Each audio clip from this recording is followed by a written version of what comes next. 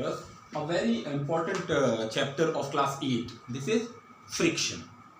Friction पढ़ने के पहले सोचते हैं, जब हम चल के कहीं जा रहे होते हैं वॉकिंग के दौरान, जब हम सूखी जगह पे चल रहे होते हैं, कंपेयर करते हैं उसी चलने को उसी स्पीड में तेज़ी से, अगर हम बहुत स्लिपरी जगह पे चल रहे हों तो क्या होता है? हम गिर जाते हैं. What is the reason behind? Slippery जगह पे हम क्यों गिर जाते हैं और सूखी जगह पे चलते हुए हमको दिक्कत नहीं होती?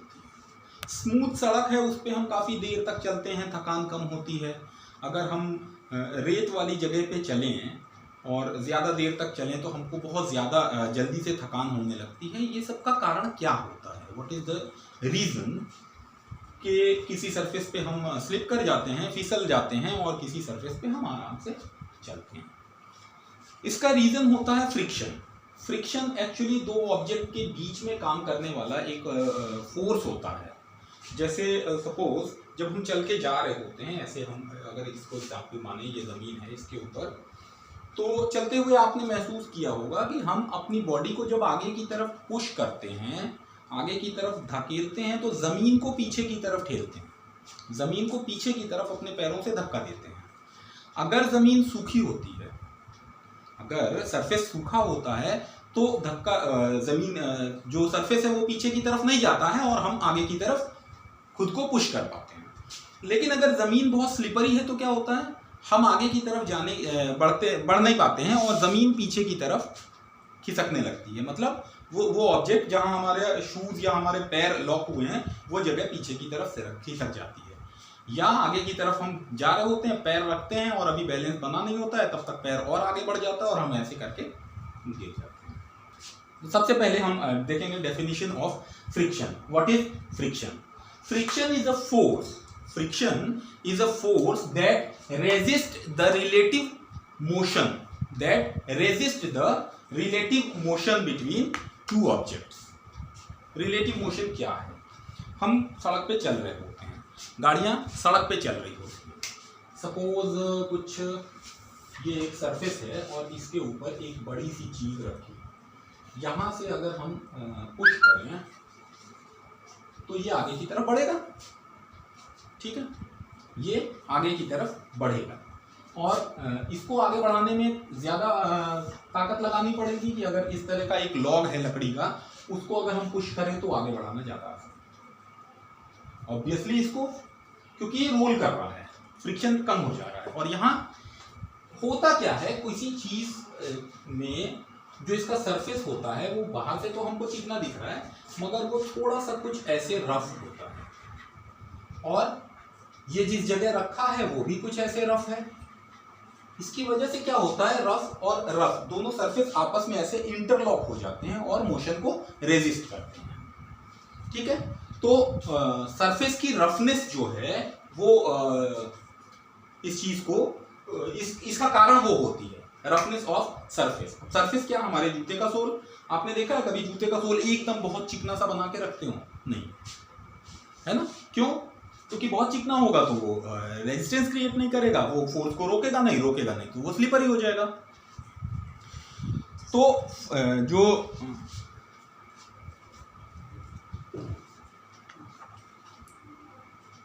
फ्रिक्शन है, फ्रिक्शनल फोर्स जो है, ये किन चीजों पे डिपेंड करता है? दो चीजों पे डिपेंड करता है. Frictional force, friction depends on किन चीजों पे डिपेंड करता है? सबसे पहला, नेचर ऑफ द सरफेस.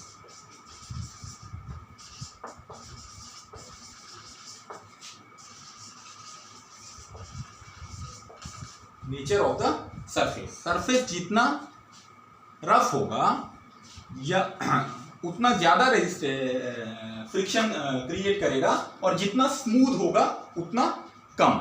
और दूसरा, मास और वेट.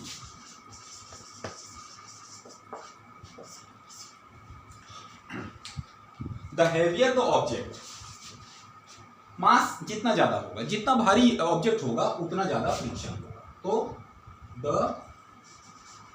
heavier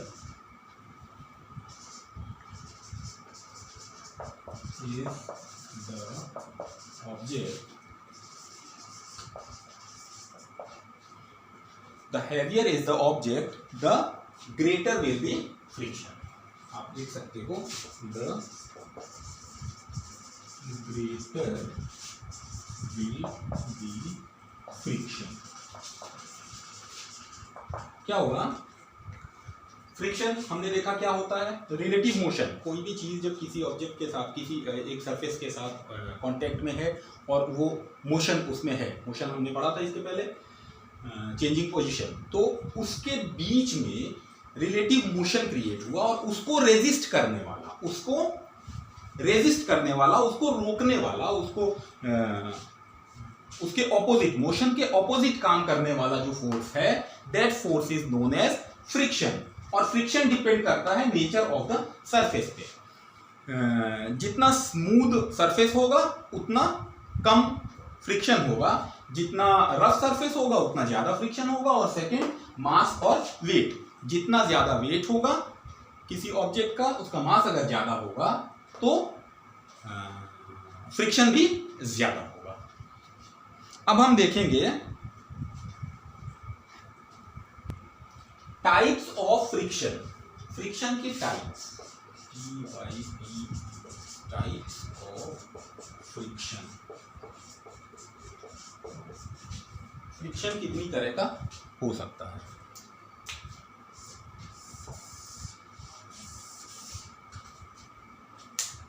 number 1, static.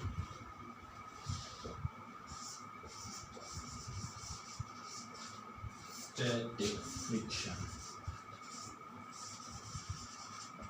क्या है? डस्टर है, आपने इसको टेबल के ऊपर रख दिया और ये यहीं पे रखा है, ये यहीं पे रखा है, अपने आप से चल के कहीं जा नहीं पा रहा है। क्यों? क्योंकि इसकी जो सरफेस है इस सरफेस के साथ बंधा हुआ है, लॉक्ड है, और वो जो फ्रिक्शन क्रिएट हो रहा है वो फ्रिक्शन इसको मूव करने से रोक रहा है। This type of friction is called static friction. This type of friction is called static friction. दूसरा है sliding friction.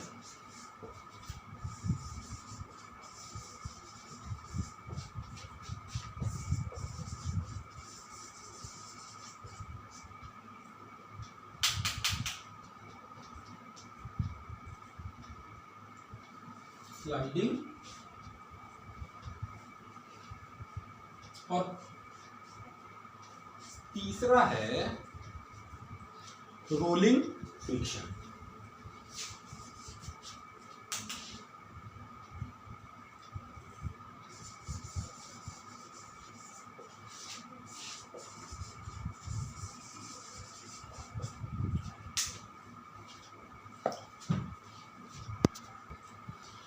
Sliding friction, suppose किसी सरफेस पे कोई चीज़ है और ये आगे की तरफ चल के जा रही है, कोई फोर्स इस पे काम कर रहा है और ये मूव कर रहा है। यहाँ पर जो फ्रिक्शन अप्लाई हो रहा है, फ्रिक्शन इज स्लाइडिंग फ्रिक्शन। और रोलिंग फ्रिक्शन, सपोज कोई चीज़ ऐसे है, इसको अगर हम रोल करा के लेके जा रहे हैं एक जगह से आगे की तरफ, दैट इज रोलिंग फ्रिक्शन।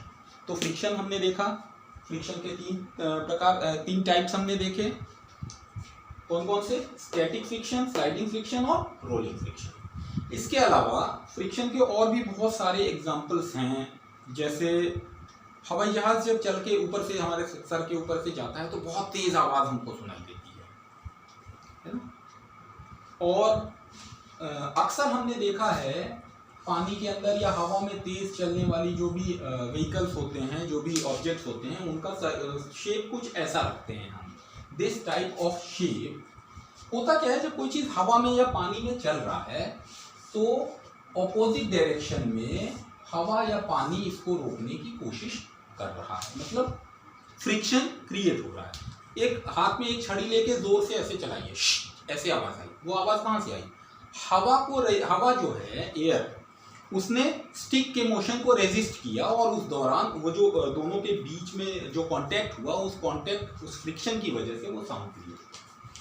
इसको रिड्यूस करने के लिए हम लोग कहते हैं इसको स्ट्रीमलाइंड बनाते हैं। इस शेप को हम कहते हैं स्ट्रीम लाइन, इसको हम कहते हैं स्ट्रीम लाइन।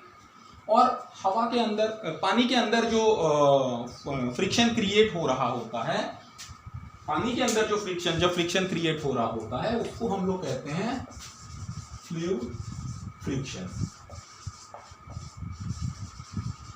और हवा के अंदर बहुत तेज चलने वाले ऑब्जेक्ट को हवा अगर रोक रही है, एरोप्लेन वगैरह को, उस फ्रिक्शन को हम लोग कहते हैं ड्रैग। ये टर्म्स हैं, you have to learn these terms, okay.